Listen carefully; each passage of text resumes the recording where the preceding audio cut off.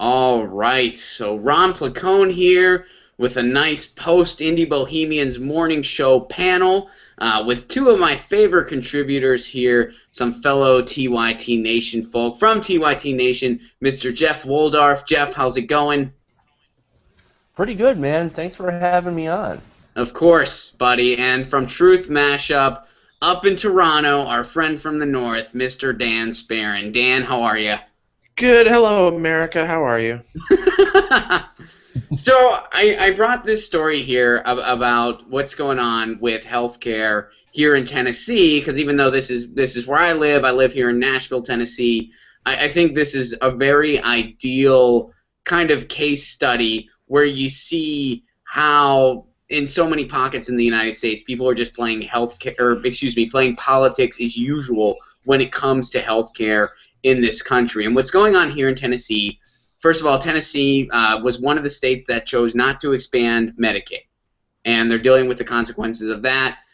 They also are now having issues because they decided to roll out TennCare, and they've just been diverting. They no longer have people that will assist you live if you need help trying to enroll. They just kind of push you over to the healthcare.gov website, even though they were given millions of dollars to invest in this. They just kind of push you over to healthcare.gov. So basically, Washington stepped in. They got a federal letter saying, hey, you're not doing what you're supposed to. You're not meeting the minimum standards. And then when Governor Bill Haslam held kind of like a conference about it, held a panel about it, they didn't even bring up Medicaid. They didn't even bring up the ACA, which leaves people to wonder, well, what did they talk about? And they're just kind of trying to brush off the problem. Meanwhile, I don't know if you guys saw it, but just last week or a week or so ago, Tennessee made national news because there was a couple that had to separate based on access to health care because with their household income, they didn't qualify for any type of assistance, and because Medicaid wasn't expanded, they couldn't get the health care they needed because of the new policy, so they actually had to separate and live separately.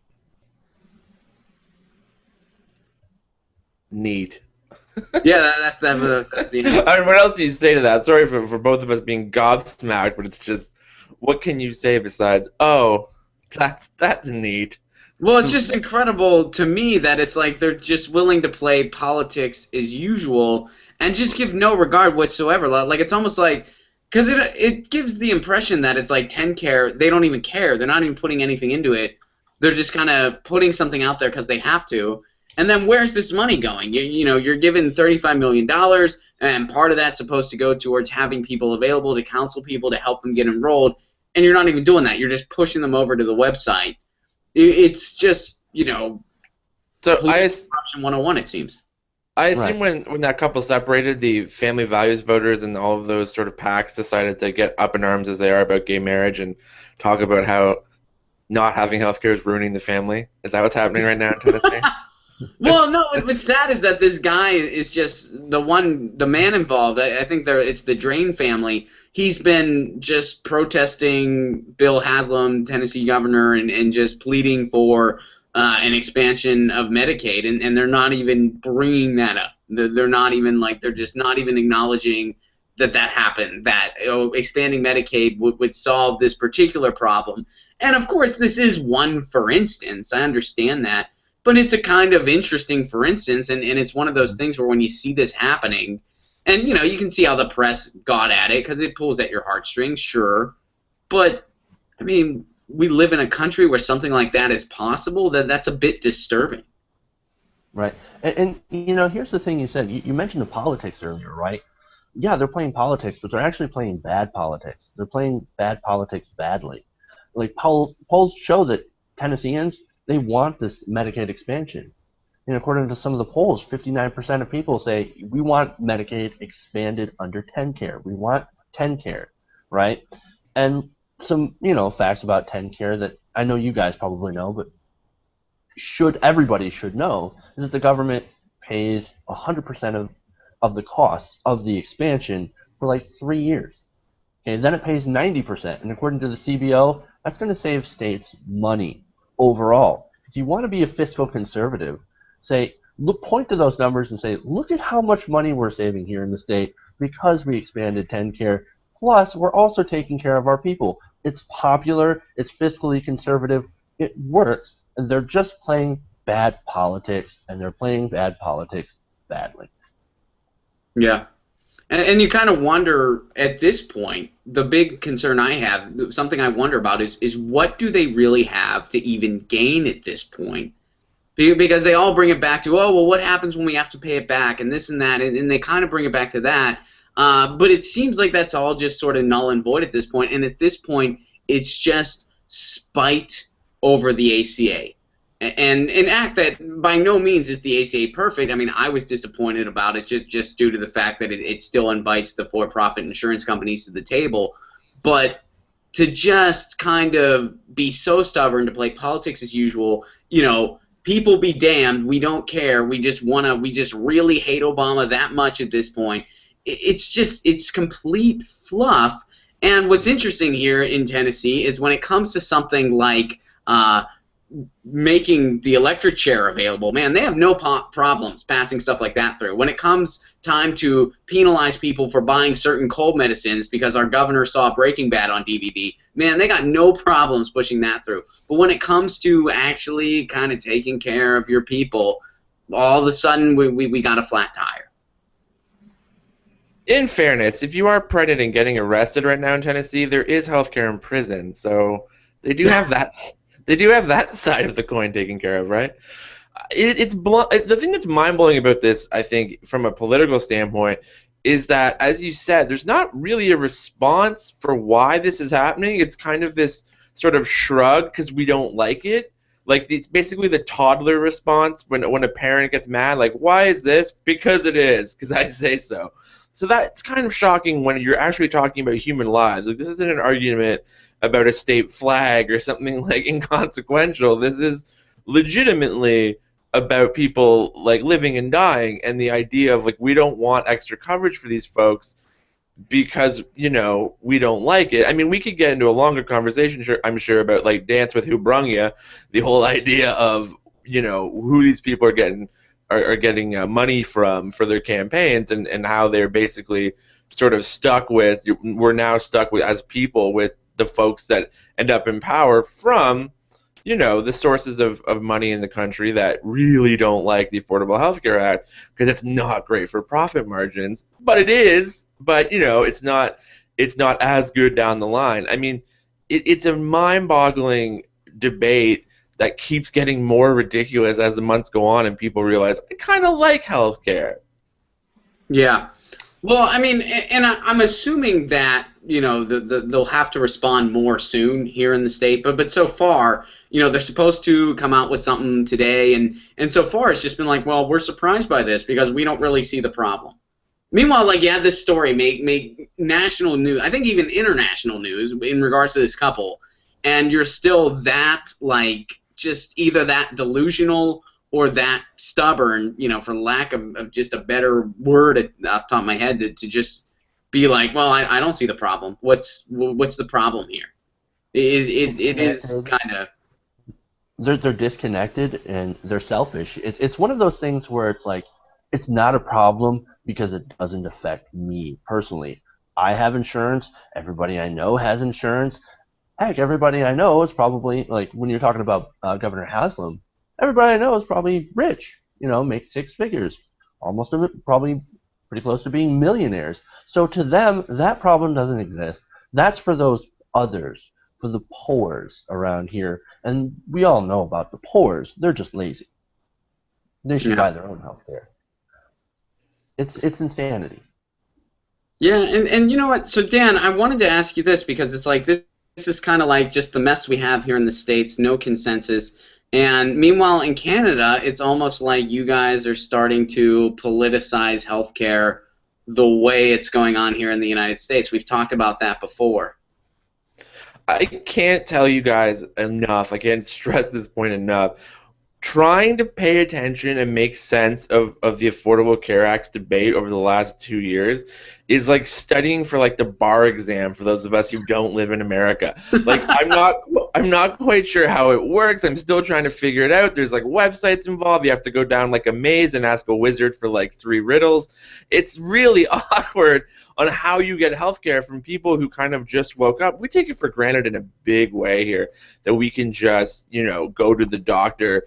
I mean, every Canadian has a story of if they went and studied in America or whether they went on vacation and, oh, I got sick and I had a sore throat and I was an idiot and I went to a clinic and now I've got a bill for like $600 because I had like a tickle in my throat. It's crazy to me how that system works. So from our healthcare standpoint, we're getting it from the reverse now, which is we've had it for so long and we've kind of neglected it. So politicians federally haven't put much money into it. They've misspent some dollars. And of course, like all healthcare issues, when it's free and it's a single payer system, the idea of there's actually free for all, everyone's universally covered, it causes lines. That's the thing when you can do something for everybody. There are people in the waiting room. So that's a problem in Canada as well. So the Conservatives have come in and said, in a lot of different provinces, are saying, guys, I've got this brilliant private option we could just try. So two-tier healthcare, which was a dirty word in this country for a very long time, is becoming a little less dirty with tons of cash coming into the system. But your healthcare debate was actually really harmful for the Conservatives up here because Canadians get a ton of U.S. news. We consume a lot of it. A lot of us are U.S. news junkies out here. And the attack ads on Canada during that campaign for Mitt Romney, God bless you, sir, because you really did help out up here, making Canadians go, no, kind of like what we have, thanks. Nice. Well, that's good to know that it has some positive effect somewhere. Yes, your terrible debate for your nation has helped mine. Thanks, America. I never would have thought of it that way either, but that's, well, hey, that's good. That makes me feel a little better. Well, there was a famous attack ad in when Romney ran, and it was this woman in Canada who basically was going to die, quote unquote, if she didn't go to the States. The whole thing was debunked. She wasn't going to die, and all this stuff. So our press made a huge deal about it because there are two things Canadians love. One is hockey, and the other is when Americans talk about us. So Rob Ford's getting our highest honors right now. But that whole thing with the election campaign, it was a huge deal up here because there were so many of those attack ads in different states making it sound like we were up here like making like penicillin in the bathtub. So it really is like not so bad to get your drugs up here. I promise you, we haven't poisoned anything yet. It's not just Walter White making you antibiotics. Wow. Brilliant. I mean, so it's just one of those things where, and I think you have a good point. I think, getting back to what you said originally, how, the ACA is so crazy for people that don't live in the States. It's crazy for people that live in the States, too. Right. Because, I mean, you'll hear stories where people in similar situations will log in, will try to go and get health care, and one of them will qualify for all of these things, and they'll get a very reasonable monthly plan. Someone else in a very similar situation, similar income background, they'll just qualify for nothing, or they'll get a bunch of plans. They don't. I mean, it takes tons and tons of reading the fine print to make any sense of it whatsoever. I personally haven't had to do that. I get my health care a different way, but it's been quite a. I mean, I don't know, Jeff. Have you had any experience with healthcare.gov or? Well, trying to sign up for it after it launched was pretty much a failure. It was a fail for quite a few months and stuff, but eventually I did get something. So, it eventually worked, but it did take a long time. And with any system, especially something that's so complex, as you alluded to, Dan, this is a complex kind of, forget the word, clusterfuck of 50 different or however many different systems trying to work together, plus healthcare.gov. You've got all this stuff going on, all these new systems having to be put in place. There's going to be problems, and there definitely was problems. But the good thing is that things are starting to kind of smooth out, and people are actually starting to like it. Imagine that. You give people, especially people who couldn't have access to insurance. You actually give them a chance to have insurance and healthcare, and imagine that. They like it. Huh. What a concept, right? Yeah. Well, and I think that is important to note that there is, some success going on. More people are covered than before. And, one thing I've been saying that I continue to say, I think in terms of, the big scheme of history, this will be seen as a step, albeit a flawed step, but a step towards a better direction. And by that better direction, I think eventually we'll see, some type of universal system that's more efficient than having this for-profit middleman. I think eventually we'll inevitably go that route, and I think this will be seen as a first step towards getting there, just because of what you said, that more people are covered. And more people are actually starting to like it. Even, and I forget the poll numbers, but there were some recent polling out, I believe from Quinnipiac, that showed that most people who are signed up for it, a majority of them actually like it. And that includes Democrats and Republicans. They're satisfied with their level of coverage. And what was it, 9.5 million uninsured people are now signed up. So I think when it comes to successes, that's a big success. But I agree with you, Ron. I think the whole system set up as it is flawed. It's more of a corporate can of worms, that we've sort of unleashed onto the country to give more insurance companies more power and more money, definitely. But I think it's a step. If we can overcome that sort of lobbying power now of the healthcare industry, which is going to be a really, really kind of tough thing to get rid of, if we can get towards a single-payer system, more like a Canadian or a UK health system, that would be the obvious best goal end result. The one thing that I just do want to sort of interject here, because I think it's a real interesting point of this whole debate and one of the consequences of what's going on right now in terms of our media, which is in America, what Obamacare and the Affordable Care Act debate has really shone a light on is something that I think people forget about a lot, but it's really important.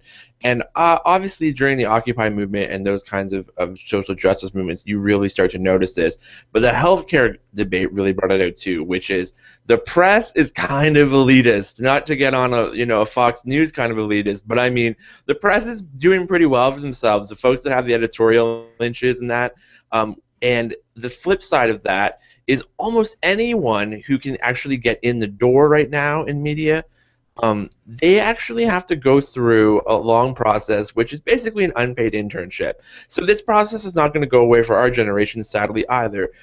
Back in the day when a journalist student who could actually afford to go to university ended up working at the various papers across the country, there was definitely like an elitism gap. It's kind of come back in the sense of who can afford to work for free after journalism school and get the jobs, the few that are available. And why I bring this up is because that's where you're seeing the gap. Those people don't have problems. And for those who are like, moderately high middle class and those who are obviously well off, they didn't see much of a gain. Same thing with young people. The young people who were doing pretty well, were doing pretty well for themselves, this is kind of how you're balancing the whole system. It's on those people. And, I think that's fair. And I think that the scary thing that to not put too fine a point on this, but it is important to say that, yes, us in the middle class or, what's left of the middle class, I can have this kind of intellectual discussion about how Obamacare is doing. If you're a poor American, there is no doubt this is a huge deal. It's not just like a step in the right direction. This means, hey, guess what, kids? We're not going into debt because Jimmy's sick. So this is a big, big deal, and I think that's what's getting left out of this conversation. The actual reality of Americans waking up and having health insurance that never had it, and how huge a deal that is to most people. Like when you look at opinion polls, that's who's being like, yes, this is good, whether I'm a Democrat or a Republican. But there's no one to reflect our views in the mainstream press. There's nobody there that has that one-on-one sort of relatability that Jeff was speaking of in terms of politics. But it's even more important from those who are actually reporting this story, and they're out of touch too. I think that's a really good point, and I think that point kind of brings it all full circle to some of the stuff I was saying, some of the stuff Jeff was saying, because it's like the media ecology, like just the whole media environment, and I think your analysis is absolutely right. The media kind of caters to the corporate elite. It caters to those that are doing the advertising. Just kind of entry is limited the way you put it. In jobs, there's very, very few jobs out there, and the ones that are probably do rely on unpaid internships for who knows how long.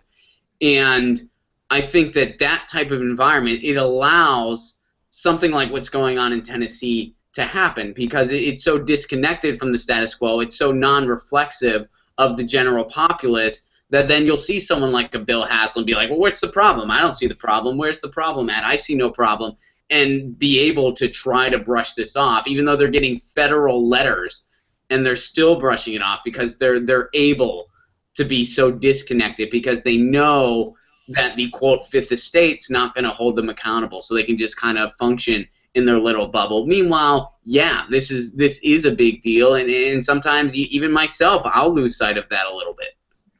Well, listen, the thing is that you take a look at the top, right, and we obviously know the corporate interests that are vested in telling you, hey, guess what, this is the worst thing that ever existed. But if you're in that middle ground, or you're in the people who actually are a little bit well off, but if you're in that, mushy middle idea of this of Obamacare and the Affordable Care Act, you probably didn't notice a huge difference. Like, you may be paying a little bit more, you might not be paying all that much difference, and you're in that, what's the big deal? And all you see, of course, is the trumped up coverage, and that all of a sudden gives you a negative impression, and you're starting to see that very early on. You start to see that in the public opinion polling, which is folks that didn't really have much of a change, or like, I don't like it because I'm seeing on television I'm not supposed to like it. Whereas nobody goes down and says, hey, excuse me, citizen that was making like under $12,000 a year, how's this treating you? Pretty well, thanks. Yeah. And I think the media disconnect also plays another role. A good example of that, I think, is Kentucky, right, where they had Kentucky's sort of, and it's sort of weird to call it this, but Kentucky's kind of the model of how this system, how it can actually work out really, really well. But it's also a good example of media disconnect, because when people are asked in Kentucky whether or not they like Connect, right, which is their local health exchange, right, they're like, oh, we love it, right? But what about that Obamacare? Hate it, hate the ACA. Hate Obamacare. It's awful. It's the worst thing. It's socialism. But we love our Connect. When they don't realize, and this is the media's fault, that it's the same fucking thing. Yeah. Well, and then I love how you pointed out, like when you were paraphrasing the quote, that's socialism, because there's something that, the media, especially here in the States, they've demonized that term, and it is seldom, if ever, used properly, and especially when it comes to, ACA. I mean, socialism, that is not what it is at all. Or even close. Not even close. This is your Republican market-based solution. And there's the other political piece of this, is the fact that they've got us, and this is sort of brilliant, is that they have us liberals, progressives, defending a conservative market-based for-profit private healthcare plan, as if it's like the best, as if it's like the best thing since sliced bread. It's not. We're defending their plan, and so I just want to point out the irony of that. And yes, it's good because what we had before was not good, but compared to an actual real progressive plan, it sucks. It is crazy going back to from the up here in Canada point of view. I like torture, I guess, apparently, so I decided to watch Mitt, the documentary on Mitt Romney's campaign on Netflix recently. No, I still haven't watched it. Is it good? Have you ever watched a Bring Your Dad to Work day? That's kind of what it is. It's kind of what it is. It's like an hour and a half of his kids in hotel rooms being like, "You're swell, Dad." And you can't even tell what's going on. It's just like different Holiday Inns. I kid. It's Mitt Romney. He's not singing Holiday Inn, but it really is an interesting exercise in how well you can stay awake. But what was interesting about it though was this, which was the idea of America on two fronts. One, of course, with religion, which is, Jesus is A-okay and what the hell's going on with the Mormons, and which is a problem for him. And the second thing that we're talking about today is running away from Romney Care, which was great for his state. Like, it's mind-blowing that the corporate interest has got so far down the belly of the beast in media and in politics that you're like, yep, I actually gave coverage to a lot of people in my state, and people are healthier because of me, the one maybe good thing I did while I was running that state. Oh, you know what? Mark that down in the negative column. We'll have to run away from that one during the election. It's crazy. It really is. I think that's from those of us on the outside. It's very odd to watch. Let's debate people's lives, and the side that says less care for humans, that's the side that gets the coverage. And I go back to the Ron Paul thing a lot during that debate, watching that, and have Ron Paul be like, sir, people are dying. What would you have them do? Die? And Ron Paul's like, well, free markets. What are you gonna do? You're like, it's mind blowing that people don't rise up. But once again, you never hear from that bottom percentile. They don't have a voice. Yeah, well, I would go as far as say the middle and bottom percentile. I mean, I think it's less people are spoken for than are spoken for. I really do think it's a pretty elite group, and I think the gap is getting wider and wider every day. I just was assuming there wasn't a middle anymore. So sorry, Ron. No. You're right. It is the middle too. All right, fair enough. It's that elite group in the government and in the media, and of course they're not like we all have seen that study, right? That shows that politicians in America, they don't represent anyone except pretty much for the top, maybe 5-10%, and mostly the top 1%. And so it's no surprising to see a corporate elite media that follows the same sort of pattern, because once again, media is a business, and you got to go where the money is. And the money isn't in representing the guy on the street, the normal everyday workaday American. No, they don't represent them. They represent, the people, the big corporations with the money. Because hey, I'm a corporation too, and apparently we're all people. And so we're all just going to hang out and represent each other. Oh, another fun ruling there. That was a good one. Yeah, and now religious rights. I mean, come on, dude. There has to be a point of which we sit back and as a nation, we reflect on this and go, you know what? Corporations actually are not people. And it's sort of crazy how we've made them into people. Yeah. Well, there is less. No. What blows my mind is that it goes against the very nature of what a corporation is supposed to be, a separate entity. Like that's why you have one in the first one is to distance from the person or persons. So I mean, yeah, it just makes zero sense whatsoever to then give you but they can have a corporation can have religious beliefs. Sorry, go ahead. Go back to the healthcare thing, and to really circle back to the healthcare thing is that once again you've got that corporate angle, right? How the ACA massively benefits for-profit healthcare corporations, and yet you have Republicans that are running away from that, even when they're getting lobbied heavily by the health industry. They don't have a problem with the corporate angle. They have a problem with the helping actual people angle of that whole thing. Yeah. You know what's really interesting too, just to add another angle to this really quickly is John Roberts' "You're not doing it fast enough" lawsuit. And why that's so interesting to me is not only is it hilarious you're getting sued for not doing the thing I hate fast enough, but also on top of that, it's going to probably get thrown out. I'm even skeptical the Roberts court will touch this just because it's shaky legal ground. They basically are suing by misreading a previous ruling. But the crux of it is the idea that what John Boehner is trying to do is sort of have more power to the judicial. And watching a decade of American conservatives being like activist judges, 5-4 all the time on these rulings. The Roberts Court ruling with the U.S. Chamber of Commerce about 70% of the time. It is an interesting and scary idea that we could be looking at this precedent being set that if they actually do accept this, you're giving the judicial, which we don't have a vote on, as citizenry, as your citizenry, I should say, which people don't have a vote on, a little bit more power to basically say we want to rule on these kinds of things. And a lot of conservatives don't like that, but a lot of new conservatives, neocons, look at the Roberts Court and go, that might not be such a bad idea. We don't really seem to lose a whole lot there. And I think that's the scariest thing about what's going on now in that situation is that, like, every year the average guy loses less and less mechanisms within the system to have somewhat of a fair system for himself or herself. And I think that that's really interesting to watch. Obamacare has shone a light on a lot of different things during this debate, and there's another one, the court system.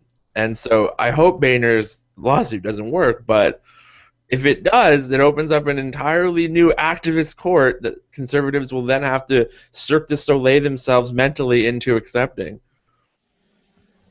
This Yeah. minefield that Ginsburg, and I know that's more related to the Hobby Lobby case, but when it comes to corporate power, I think we've stepped right into that minefield, and it's just going to continue to blow up in our faces due to the High Court, just the makeup of the High Court. Yeah. Well, it is interesting how we branch to so many different things because they're all related. Corporate power is an issue here. Just the court structure is an issue here, and division of just power. And what it comes down to is just those with the power not really wanting to help other people, and just this kind of heavy resistance because there's a lot of really powerful people where certain status quo was benefiting them for so long. And any threat to that, despite how broken the system may be, is just greeted with absolute contempt. And when you have stuff like a media failure or a media just benefiting this corporate elite, when you have just so much just politics as usual on different state levels, and then with what John Boehner's going on, that's when you see something like this can kind of flourish, and there really is no voice for the true people that at least are waking up with healthcare now and can help push us into a better tomorrow. But yeah, it'll be interesting to continue to watch this unfold and to continue to see how Tennessee and other states that might find themselves in similar situations will respond. But guys, thank you so much for jumping in today. This was fun. Well, I thank you, sir. Cheers, man. Thank you for inviting me, Ron. It's always good to do your show. Cool, man. Well, yeah, we'll do this again soon. And, yeah, check out Dan Spearin over on Truth Mashup. And, of course, Jeff Waldorf, part of TYT Community. Every Thursday and Friday still, right? You didn't switch the day. Thursday, Friday, 8 p.m., right after the Young Turks live stream. That's on TYT Nation, youtube.com/TYT Nation. Our show is TYT Community. So check us out, guys. We do a live stream. And right. Obviously check out Dan, too. Does a great Absolutely. show. All TYT, folks. Truth Mashup, TYT Community, and, of course, me, Ron Placone. This has been a panel of an extension of the Indie Bohemians Morning Show, and we are signing out. Check you later.